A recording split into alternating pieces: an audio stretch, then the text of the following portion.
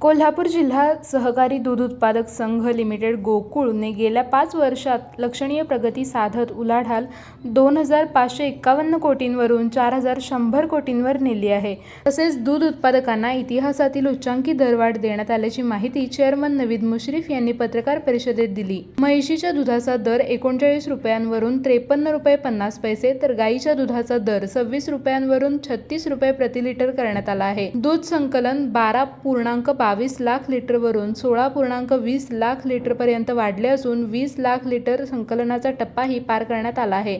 संघाच्या गुंतवणुकीत वाढ होऊन ती 322 कोटींवरून 594 कोटींवर पोहोचली आहे. विविध प्रकल्पांमुळे खर्चात बचत होत असून शेतकऱ्यांसाठीही विविध कल्याणकारी योजना राबवण्यात आल्या आहेत. यावेळी चेअरमन नवीद मुश्रीफ, माजी चेअरमन विश्वास पाटील, संचालक अरुण डोंगळे, बाबासाहेब चौगले, अभिजित तायशेटे, अजित नरके, शशिकांत पाटील सुळेकर, किसन चौगले, रणजितसिंह पाटील, नंदकुमार ढेंगे, कर्णसिंह गायकवाड, संभाजी पाटील, प्रकाश पाटील, सुजित मिंचेकर, अमरसिंह पाटील, बयाजी शेळके, बाळासो खाडे, चेतन नरके, युवराज पाटील, मुरलीधर जाधव, संचालिका अंजना रेडेकर, कार्यकारी संचालक डॉ. योगेश गोडबोले आदी उपस्थित होते.